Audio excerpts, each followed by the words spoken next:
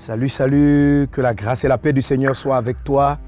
Excellente année de débordement de tous côtés. Excellente année 2024. Alors, chers fils et filles dans la foi, chers membres de l'Église Vase d'Honneur, vraiment, donc après ces vœux-là que nous avons partagés avec vous, je vais te partager avec toi aujourd'hui une parole relative au thème du débordement que Dieu nous a donné. Ok? Que cette parole-là, tu la gardes dans ton cœur, que tu sois prêt, parce qu'elle va te conduire tout le long de cette année. Et je vais te donner des directives prophétiques que j'ai reçues par l'Esprit, des choses que tu devras faire chaque fois que tu seras confronté à certaines choses dans ta vie à cause de cette saison de débordement dans laquelle tu es en train d'entrer. Cette saison de débordement concerne vous tous et vous toutes qui entendez ce message. Il faut simplement vous disposer parce que Dieu va vous faire passer par une saison d'excès de grâce, de surabondance de grâce. Que le nom du Seigneur soit béni. Alors avant d'aller plus loin, on va prendre le temps de prier, de confier le moment entre les mains du Seigneur. Père Céleste, que ton nom soit béni. Je te rends grâce, ô Dieu, pour cette occasion que tu me donnes de partager avec tes fils et tes filles. Seigneur Dieu, avec tous ceux qui, connectés en présentiel, vont entendre ce message. Père, je prie afin que tu mettes les mots dans ma bouche. Tu nous as parlé de débordement pour manifester ta bénédiction. À toi soit l'honneur, la louange, la gloire, l'exaltation, siècle des siècles, dans le puissant et précieux nom de Jésus-Christ. Amen. Quelqu'un dit avec moi débordement. Quelqu'un dit avec moi débordement. Voilà, et si tu m'entends en anglais, tu vas dire avec moi overflow. Overflow. Amen. Voilà, on est en train d'entrer dans une saison de débordement. Et le thème n'est pas juste pour faire bien. Non, c'est un thème de la parole de Dieu. Et notre texte de base lié à ce verset, c'est le psaume 23. Le verset 5 du psaume 23 où le Seigneur dit « Ma coupe déborde ». On va voir dans l'exhortation que je vais partager avec toi les différents éléments qui seront mis en place pour amener ta coupe à effectivement déborder et puis à jouir au mieux de cette glorieuse saison que le Seigneur te donne. Est-ce qu'on est ensemble? Voilà, tu es béni pleinement dans le nom de Jésus.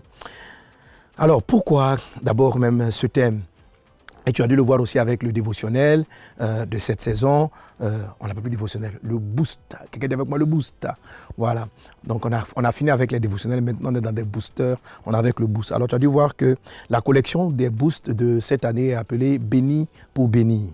L'Esprit du Seigneur a équipé, Jésus-Christ a équipé les croyants de la bénédiction pour que la parole de Dieu puisse se répandre partout. Pour apporter la domination de son règne sur toute la terre. Dieu dit ceci à Adam et Ève, qu'il les a bénis. Il dit Dieu les bénit en disant, soyez féconds, multipliez, remplissez, assujettissez, et puis après, dominez. Dominer, ça veut dire faites installer le règne. Donc, quand Jésus nous envoie aller prêcher la bonne nouvelle dans le monde entier, à toute la création, c'est le même plan, c'est le même projet que sa bonne part puisse remplir toute la terre. Mais pour que Adam et Ève puissent dominer, Dieu leur a libéré une puissante parole qu'on appelle la bénédiction. La Bible dit Dieu les bénit en disant « Soyez féconds, multipliez ». Donc c'est par la bénédiction que les grâces que tu as vont se multiplier. La Bible dit c'est la bénédiction de l'Éternel qui enrichit. C'est celle-là qui enrichit. Tu es béni dans le nom de Jésus. Que ces bénédictions de multiplication soient dans ta vie. Donc Dieu les bénit en disant soyez féconds. C'est-à-dire commencez à produire. Dieu les bénit en disant multipliez. Dieu les bénit en disant remplissez. Ça veut dire combler tout ce qu'il peut y avoir comme vide. Dieu les bénit en disant assujettissez. Ça veut dire prenez le contrôle, que plus rien ne vous assujettisse. Et Dieu les bénit en disant dominez. Alléluia. Donc tu vois qu'on part d'un point de semence vers quelque chose qui déborde, qui augmente, et puis après qui déborde. Et c'est cela qu'on appelle le overflow. Pourquoi le overflow et pourquoi le débordement? C'est cette dimension de grâce-là qui est dans ta vie, qui fait que le royaume de Dieu, la domination du Seigneur, puisse s'installer à travers le monde. Amen.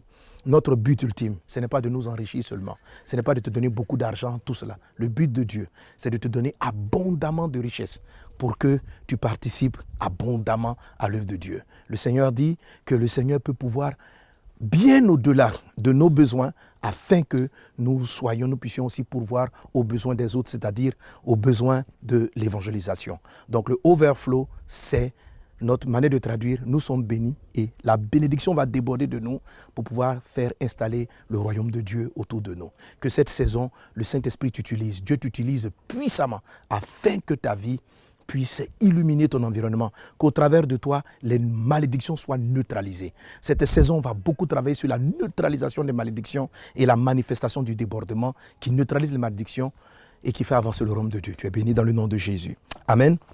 Alors, je vais t'inviter à ouvrir ta Bible avec moi dans le psaume 23 au verset 5. La Bible dit, on va le lire tous ensemble. Alors, on se tient debout, quel que soit l'endroit où nous sommes, on se tient debout. Il a dit quoi? Tu dresses devant moi une table en face de mes adversaires. Tu oins d'huile ma tête et ma coupe déborde. Je reprends. Tu dresses devant moi une table en face de mes adversaires. Tu oins d'huile ma tête et ma coupe déborde. Un deuxième verset que nous allons lire, c'est celui de 2 Corinthiens chapitre 9, verset 8, qui est un des textes de base de notre thème sur le débordement, sur l'overflow. Amen. 2 Corinthiens 9, verset 8, Dieu dit, « Et Dieu peut vous combler, que tu sois comblé au nom de Jésus, de toutes sortes de grâces. » Dieu peut vous combler de toutes sortes de grâces afin que possédant toujours en toutes choses de quoi satisfaire à tous vos besoins, vous ayez encore en abondance pour toute bonne œuvre. Vous ayez encore en abondance pour toute bonne œuvre. Cette année, c'est ce que tu vas vivre. Je l'annonce dans ta vie. Dieu va pourvoir en abondance. Il va te combler. C'est-à-dire, il n'y aura même pas un vide dans ta vie. Cette année, vous voyez, ce que je sens, c'est comme si la grâce, l'abondance va vous cogner même. C'est-à-dire, tu serais un accidenté de grâce. Qu'il en soit ainsi dans le nom puissant de Jésus. Et Dieu me parle quand je prie, l'Esprit dit, je vais combler les gens. C'est-à-dire, vous serez comblés. C'est-à-dire, comblés de tous côtés. Et puis maintenant, ça va déborder. Ça va déborder. Qu'il en soit ainsi dans ta vie, dans le puissant et précieux nom de Jésus. Quelqu'un donne un bon amen avec moi. Alors, cette dimension d'abondance-là, le Seigneur nous la montre donc avec le psaume 23, le verset 5. Il dit ceci, donc, le Seigneur tu dresses devant moi, le verset 5 dit, tu dresses devant moi une table en face de mes adversaires, tu oins d'huile ma tête et ma coupe déborde. Alors, dans ces différentes choses, voici les points très essentiels qu'il faut remarquer. 1, tu dresses devant moi une table en face de mes adversaires. Dans la dimension de l'excès d'abondance, Dieu doit dresser une table en face des adversités. Qu'est-ce que cela signifie? Comment traiter avec l'adversité? La réaction que tu vas avoir vis-à-vis de l'adversité va augmenter ta bénédiction et va faire en sorte qu'elle va surabonder et va te permettre de saisir abondamment de grâce. Est-ce qu'on est ensemble? Donc tu dresses devant moi une table en face de mes adversaires. L'étape qui va suivre, le Seigneur dit, tu oins d'huile ma tête. Quelqu'un déclare avec moi, ma tête est ointe d'huile. Ma tête est ointe d'huile. Il en est ainsi au nom de Jésus. Et puis il dit, tu oins d'huile ma tête et, donc le et est comme un et de conséquence, et ma coupe déborde. Donc pour que ta coupe déborde, tu vas traiter avec l'adversité, devant laquelle Dieu va mettre une table en face de tes adversaires. Alléluia. En 1 Corinthiens chapitre 16, verset 9, le Seigneur dit, par l'apôtre Paul, Paul dit ceci, « Car une porte grande et d'un accès efficace m'est ouverte, et les adversaires sont nombreux. » L'apôtre Paul dit que Dieu est en train de lui donner des opportunités de faveur parce qu'il y a beaucoup d'adversaires. C'est-à-dire, la vue de l'adversité a été pour l'apôtre Paul comme une lumière, un éclairage pour dire Dieu vient de m'ouvrir des portes. Et regarde ce qu'il dit. Il dit, car une porte grande et d'un accès efficace m'est ouverte. Alléluia. L'année de la surabondance, l'année du débordement et du overflow ne veut pas dire que tu n'auras pas d'adversité, que tu n'auras pas d'adversaire, que tu n'auras pas de défis à relever. Mais il faut savoir que toute forme d'adversité qui se dressera dans ta vie est le signe que Dieu est en train d'ouvrir une nouvelle porte, que Dieu est en train de te faire passer à une nouvelle dimension, que Dieu est en train de te faire aller dans une étape. Et c'est là que je vais recommander quelque chose de très prophétique. Sois très attentif car le Seigneur le fait dans ta vie. Amen. Il dit, tu dresses devant moi une table en face de mes adversaires. C'est qui les adversaires? Les adversaires, ce sont peut-être des personnes, mais c'est en fait l'adversité en règle générale. C'est ce qui vient te contrarier. C'est ce qui vient à l'opposé de ton avancement. Il y a une différence entre adversaire et puis ennemi. L'adversaire peut être un ennemi, mais l'adversaire n'est pas toujours un ennemi. Lorsque quelqu'un fait un combat de boxe, il a des adversaires. Quand tu joues au ludo, tu joues aux cartes, tu fais un jeu de société, celui qui est en face de toi, ce n'est pas ton ennemi, c'est juste un adversaire. Mais l'adversaire, c'est quelqu'un qui vient contrarier tes plans pendant que toi, tu essayes d'aller de l'avant. Donc, un ennemi peut être ton adversaire. Un ami aussi peut être un adversaire si vous êtes en train de faire un jeu, n'est-ce pas, où chacun doit gagner. Alléluia. Dis avec moi les adversités. Alors, donc tu as toute forme d'adversité. Tu as des adversités des ennemis, tu as l'adversité des amis, tu as les adversités dans la vie. C'est des choses qui viennent à l'opposé de ton avancement. Quand tu prends une direction, et les choses qui viennent s'opposer à ton avancement. Ce qui est différent de l'ennemi cherche à te nuire. en se comportant donc comme un adversaire ou même quelquefois comme un ami. Et puis, il essaie de te tendre des pièges. Mais il est vaincu dans le nom de Jésus-Christ de Nazareth. L'apôtre Paul voit les adversités, les problèmes, les oppositions comme étant une opportunité. Je prie dans le nom de Jésus-Christ de Nazareth. Il faut savoir, il faut être conscient que chaque fois que tu seras contrarié, que quelque chose va devenir un peu à l'encontre de toi, de ton avancement, quand tu vas avoir des choses qui vont se dresser contre toi au bureau, des choses qui vont dire non, tu ne passes pas ici, des choses qui vont dire non, tu n'avances pas, il faut confesser comme l'apôtre Paul. Dieu est en train de m'ouvrir une porte efficace, une porte de grande efficacité, mais ouverte. Les adversaires sont une preuve que quelque chose de spécial est sur le point de t'arriver. Qu'il en soit ainsi dans ta vie, dans le nom de Jésus-Christ. Alors tu te souviens de l'illustration que je donnais. Combien de fois le vent contraire m'avait permis de monter dans le parachute et dans le parapente, me voulant me jeter sur un parapente, j'étais dans l'air avec mon coach. Le coach m'a dit, il faut qu'on attende le vent qui vienne de face. Il faut qu'on attende le vent qui vient de face. C'est le vent qui vient de face qui permet de monter, qui permet d'aller en hauteur. Le vent qui vient dans ton dos, le vent qui vient comment dirais-je, te pousser pour te donner d'aller plus vite, ne te fait pas monter. Il te fait aller plus vite, mais il ne te fait pas monter. Et cette année, Dieu veut te faire monter. Cette année, Dieu veut t'augmenter. Cette année, Dieu va t'augmenter. Et cette augmentation peut se manifester par de l'adversité. Je prie dans le nom de Jésus que tu n'interprètes pas les adversités comme étant les ennemis, comme étant des problèmes, comme étant des choses qui vont t'empêcher. Non. Toute adversité que tu pourras rencontrer dans ton foyer, dans ta vie, sur le plan professionnel, sur le plan spirituel, est une opportunité de surabondance. Amen. Tu découvres de l'abondance divine. Dieu bénit Pierre et ses amis qui étaient à la pêche en leur faisant une pêche surabondante. Ils ont débordé.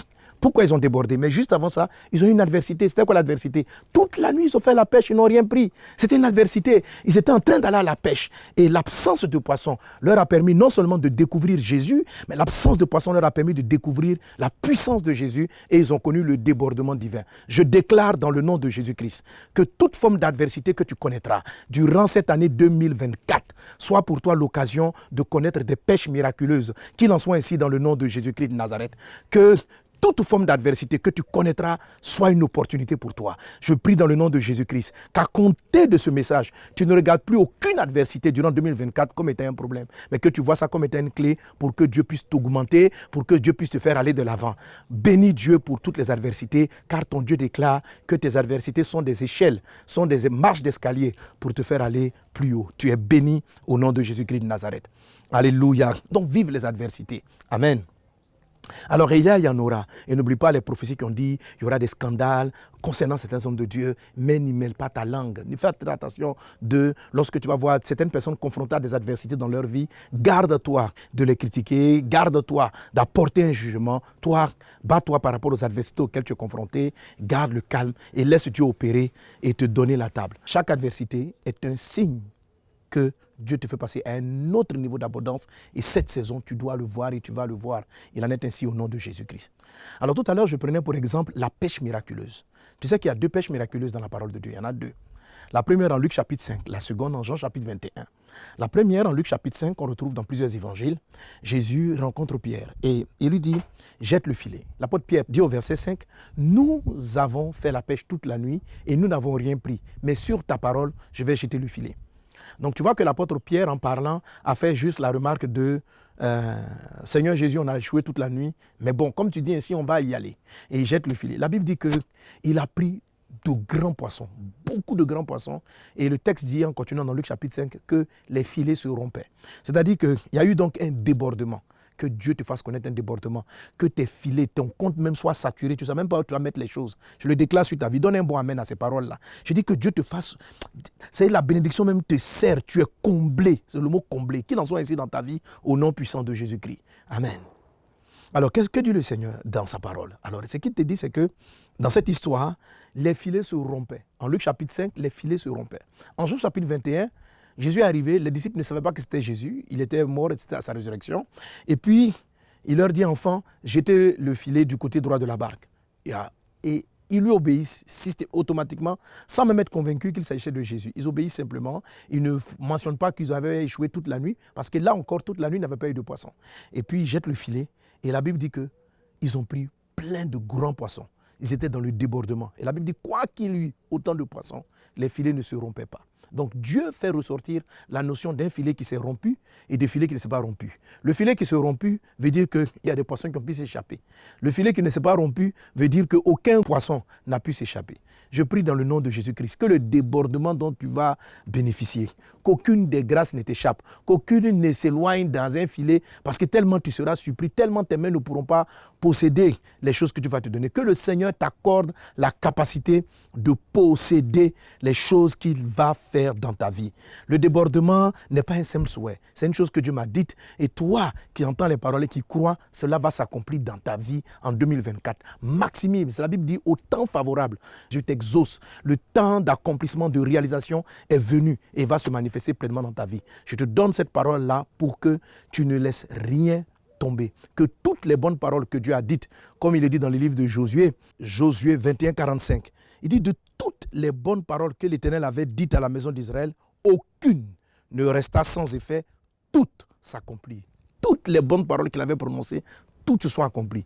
Que toutes les prophéties, toutes les déclarations, toutes les bénédictions prononcées par le ciel s'accomplissent dans ta vie. Que ton filet ne soit pas percé pour recevoir débordement de la faveur divine. Qu'il en soit ainsi, quelqu'un donne un bon amen. Amen.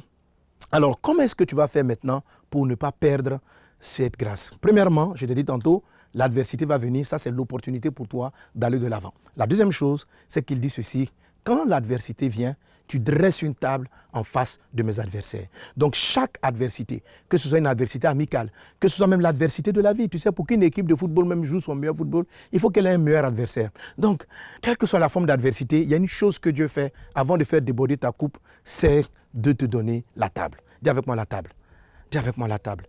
Alors, chaque fois que tu seras confronté à une adversité, c'est vrai qu'une adversité crée de la contrariété. Amen. Ça veut dire qu'on est vexé, on n'est pas très content de la chose qu'on subit, on n'est pas trop content de ce que les gens racontent de nous, on n'est pas très content de la manière dont il y a une résistance pour avoir tel dossier ou tel papier, on n'est pas satisfait, on n'est pas heureux.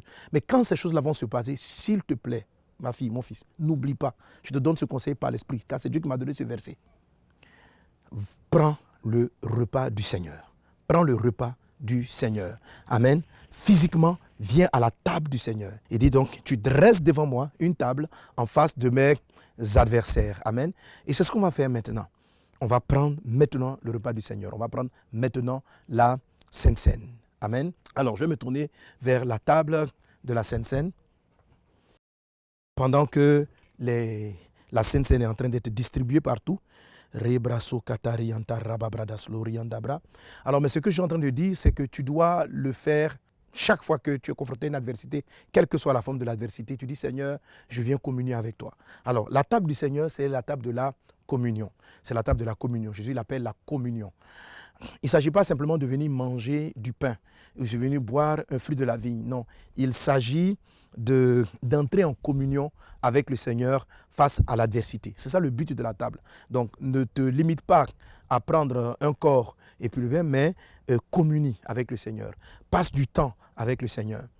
La symbolique du pain, c'est la symbolique de la parole de Dieu. Prends du temps. Que dans cette saison 2024, face à chacune des adversités, au travail, familialement, etc., choisis, décide de venir à la table du Seigneur. Si tu es seul chez toi à la maison, rentre dans ta chambre, prends la coupe, prends tes trucs. Si c'est une adversité contre votre famille, sache que c'est une opportunité, mais elle va se traiter à la table du Seigneur.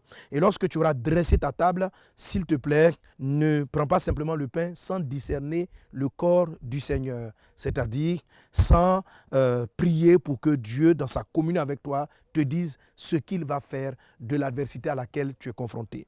Amen. Voilà, j'espère que donc tout le monde est prêt et tout le monde a pris la Sainte Seine. Aujourd'hui, tout le monde prend la Sainte Seine. Amen.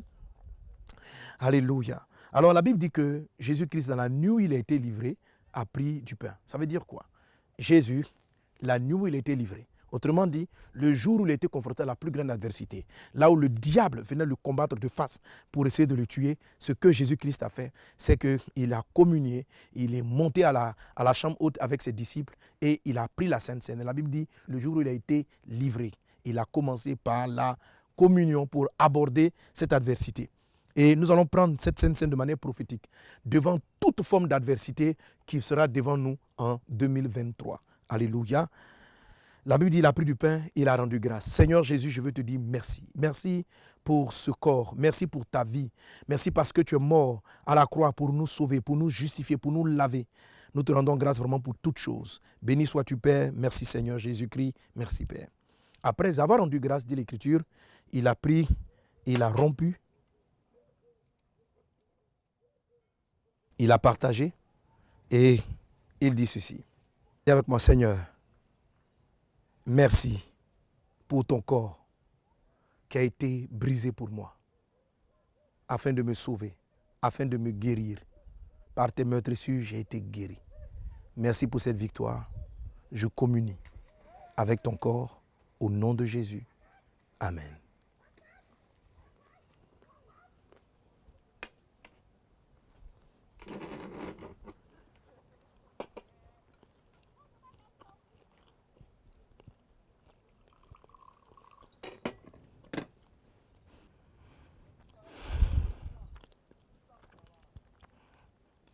Lève la coupe. Dis avec moi, Seigneur, merci pour ton sang qui me lave, qui me justifie. Merci pour ton sang qui m'a racheté de mes erreurs. Père, si ce n'est pas mes erreurs que je suis confronté à cette adversité, je communie dans le sang qui me lave et qui me justifie. Je ne mérite pas les faveurs, mais juste ta grâce me justifie. Et je communie dans le sang de la victoire. Restaure mon âme, guéris mon cœur. Au nom de Jésus, merci Seigneur. Amen.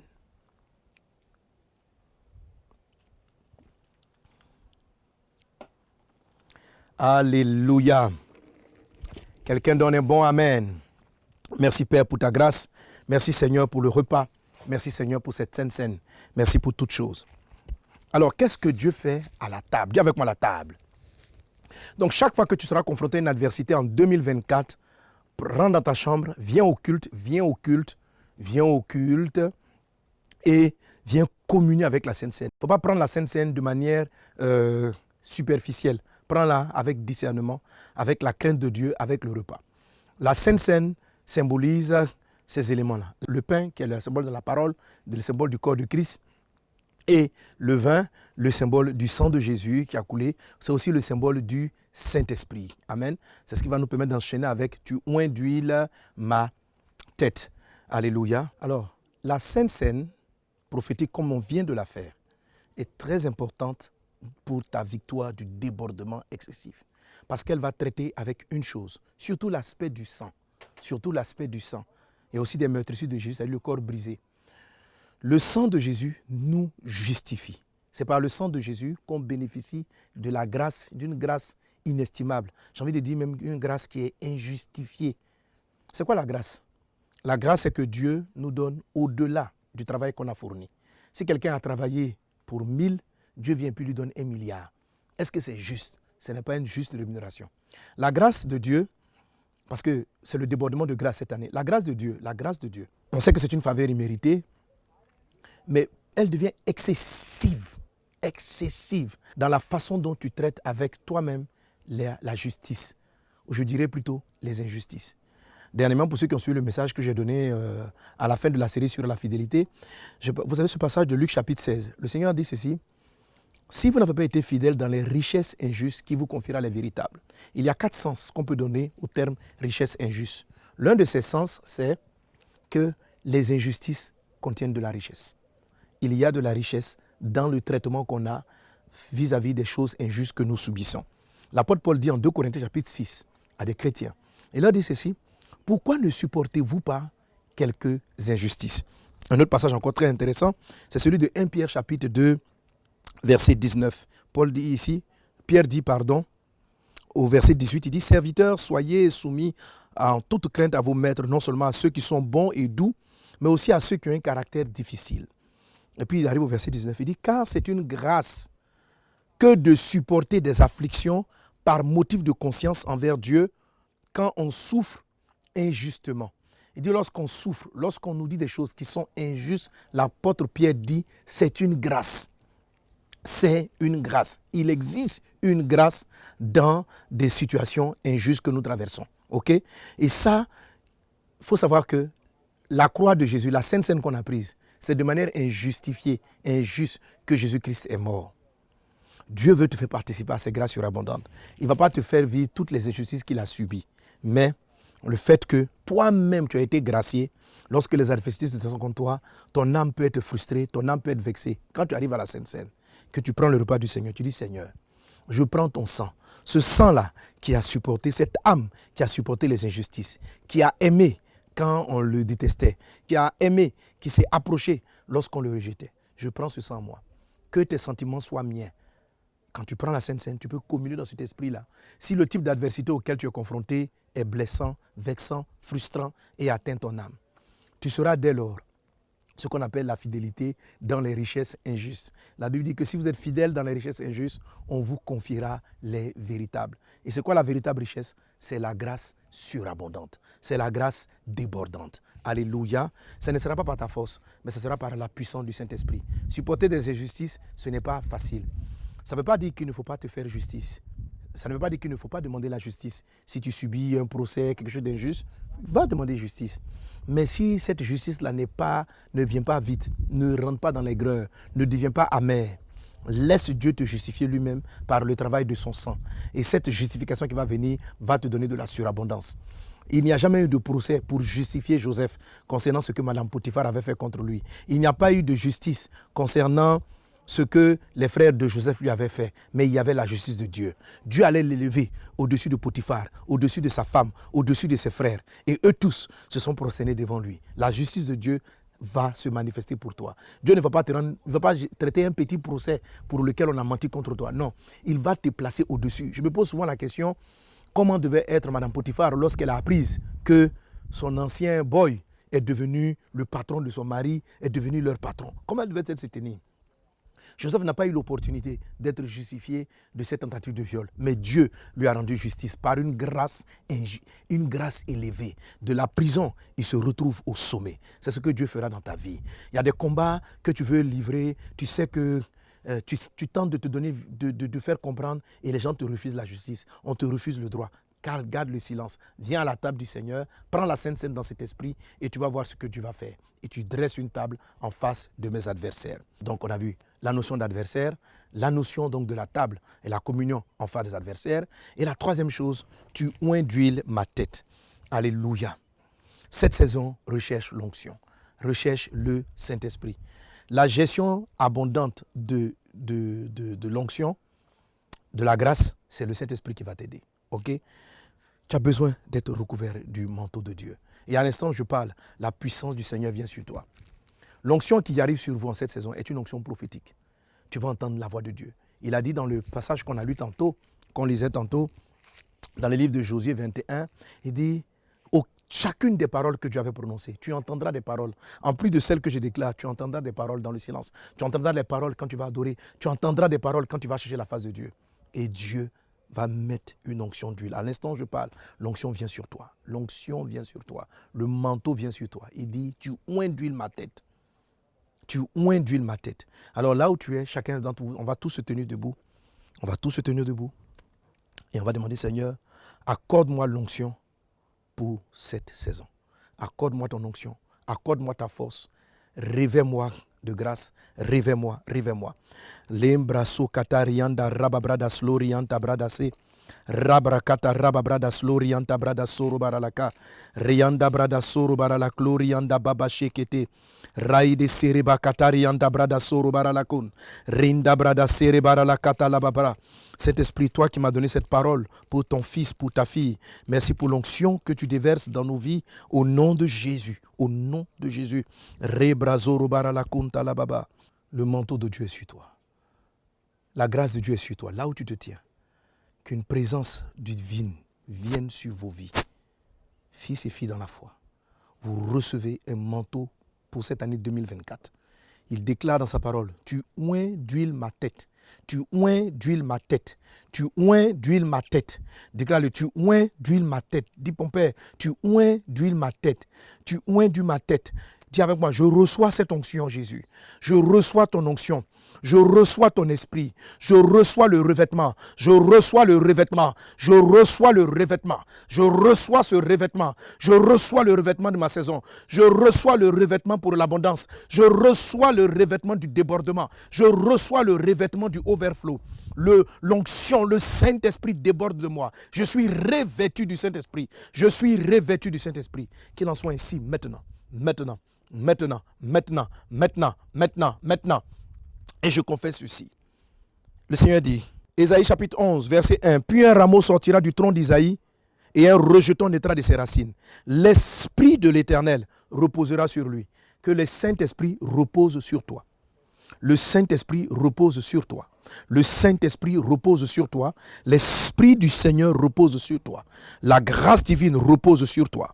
L'Esprit de Dieu repose sur toi. Esprit de sagesse. La sagesse repose sur toi.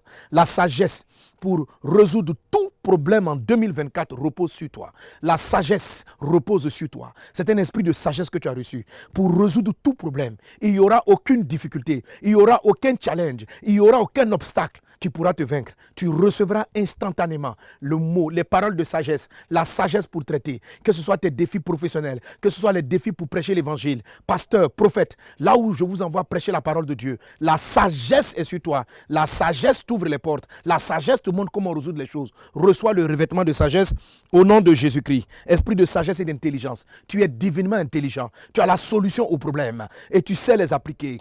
L'intelligence, l'esprit d'intelligence, c'est l'esprit de la méthode d'avancement, du temps pour appliquer les choses. L'esprit de l'intelligence est avec toi. Tu es divinement intelligent. Il en est ainsi dans le nom de Jésus. Esprit de conseil. Quand tu seras confronté à des choses, tu recevras les conseils, le conseil dont tu as besoin. Vous savez, l'abondance vient aussi souvent par des conseils. Que Dieu, le Saint-Esprit, attire vers toi les conseillers dont tu auras besoin. Les personnes qui vont t'augmenter, qui vont te faire passer à un autre niveau. C'est par ce Saint-Esprit-là que tu es capable d'avoir un filet qui ne se rompt point dans l'abondance. Esprit de conseil, esprit de conseil, esprit de force. Oui, le Saint-Esprit, esprit de force. Cette année, tu ne seras pas fatigué. Tu auras la force de prendre toute l'abondance que Dieu te donne. Tu auras la force de Dieu pour tenir droit. Quels que soient les coups, tu as la force de Dieu pour tenir droit. Tu n'es pas ébranlé. Ton âme n'est pas ébranlée. Un esprit de force t'est donné. Ta force physique n'est pas ébranlée. Tu es divinement fort. Tu ne tombes pas malade dans cette saison. Ton corps est divinement fortifié. Reçois l'esprit de force. L'esprit de force est en train de reposer sur toi. Toutes les maladies qui t'avaient fatigué les années précédentes, aucune d'entre elles ne prospère en cette saison. Tu es divinement fortifié. Dieu fortifie ton esprit. Esprit de force. Dieu fortifie ton âme. Il fortifie ton corps. Il en est ainsi. Esprit de connaissance, ta connaissance augmente, tu comprends davantage de choses, l'esprit de connaissance est sur toi, esprit de crainte de l'Éternel. Cette saison, ta coupe déborde, il oint d'huile ta tête, tu marches dans la crainte de Dieu, l'esprit du Seigneur est sur toi pour t'éloigner de toute forme de péché, d'iniquité, de réclamation satanique. Dans le nom de Jésus-Christ, l'esprit du prophétique est sur toi, l'esprit du Seigneur est sur toi, l'esprit du Seigneur est sur toi, et par cet esprit, tu arraches ce qui doit être arraché. Tu déracines ce qui doit être déraciné et tu sèmes ce qui doit être semé. Et tu sèmes ce qui doit être semé. Il en est ainsi dans le nom de Jésus-Christ. Le Seigneur dit, tu oins d'huile ma tête et ma coupe déborde. C'est ce que je marque ici. Et ma coupe déborde. Ta coupe déborde d'onction. Ta coupe déborde de grâce. Ta coupe déborde. Pendant que je déclare ce que je vois là, c'est ce jus, c'est-à-dire le Saint-Esprit déborde, l'onction déborde, la faveur déborde, tout déborde, débordement, débordement, débordement, débordement de grâce, débordement de victoire, débordement de faveur, débordement de provision, débordement en toutes choses, le débordement divin, la grâce surabondante, la faveur surabondante, l'onction surabondante est sur toi, les grâces surabondantes sont sur toi, tu débordes de grâce, tes filets sont remplis, tu moissonnes de tous côtés, tu es surpris par la grâce de Dieu, tu es surpris par les faveurs de Dieu, de tous côtés la faveur est sur toi, de tous côtés la faveur est sur toi, tu es béni dans le nom de Jésus, je bénis ta vie, je bénis ta maison, vous êtes bénis dans le puissant et précieux nom de Jésus-Christ de Nazareth. Que la grâce et la paix du Seigneur soient avec vous. Je voulais te bénir ainsi en ce début d'année, partager avec toi cette parole. C'est une parole de victoire, garde-la, n'oublie pas ces différentes étapes. 1. Le psaume 23, verset 5. Tu dresses une table en face de mes adversaires. 1. Valorise, ne sois pas frustré, vexé face aux adversités auxquelles tu seras confronté. Lorsqu'elles viendront, 2. Mettre la table Quel type de communion? Prends la communion, mais pas de manière simplement physique, mais en esprit. Avec le pardon des injustices que tu subis, la grâce divine, la communion avec le Seigneur. Deuxième chose, ta tête est oint. Tu vas recevoir une onction. Tu vas recevoir une onction. Un esprit avec ces différents éléments. Esprit de sagesse et d'intelligence. Esprit de conseil et de force. Esprit de connaissance et de crainte de l'Éternel. L'Esprit repose sur toi. L'Esprit repose sur toi, par lequel tu peux arracher ce qui n'a pas été semé de Dieu et proclamer ce qui a été proclamé de Dieu. Je vous aime très fort, vous êtes bénis, votre saison est bénie. Gardez ces paroles-là précieusement, appliquez ces choses à la lettre et vous allez voir la gloire de Dieu. Cette année, on va ramasser infiniment, abondamment, pour parler en termes ivoiriens, boro. Amen. Boro même c'est petit. Amen. De grâce, de faveur, vous êtes bénis. La grâce de Dieu avec vous. Amen.